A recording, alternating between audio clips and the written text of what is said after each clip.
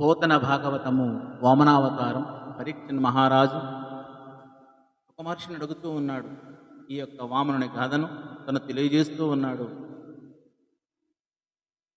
సర్వ ప్రపంచ గురుబర నిర్వాహకుడగుట చేసి నిరిజనుదేరన్ కర్వుని వ్రీగు సహింపక ఉర్వీస్థలి గృంగి మ్రొక్కి నురగేంద్రుండున్. సర్వ ప్రపంచ గురుభర నిర్వాహకుడగుట చేసి నిరుజనుదేరన్ కర్వుని వ్రేగు నహింపక ఉర్వీస్థలి గృంగి మ్రొక్కి నురగేంద్రుండున్. భగవంతుడైన వామనుడు తన కడుపులో సమస్త లోకాలను భరించేవాడు కదా. అందుకే అతడు వయ్యారంగా నడిచేటప్పుడు అతని బరువు తట్టుకోలేక భూమి కృంగిపోయింది, ఆదిశేషుడు వంగిపోయాడు అని పద్యభావం. ఆ వామనమూర్తి అలా వెళ్ళి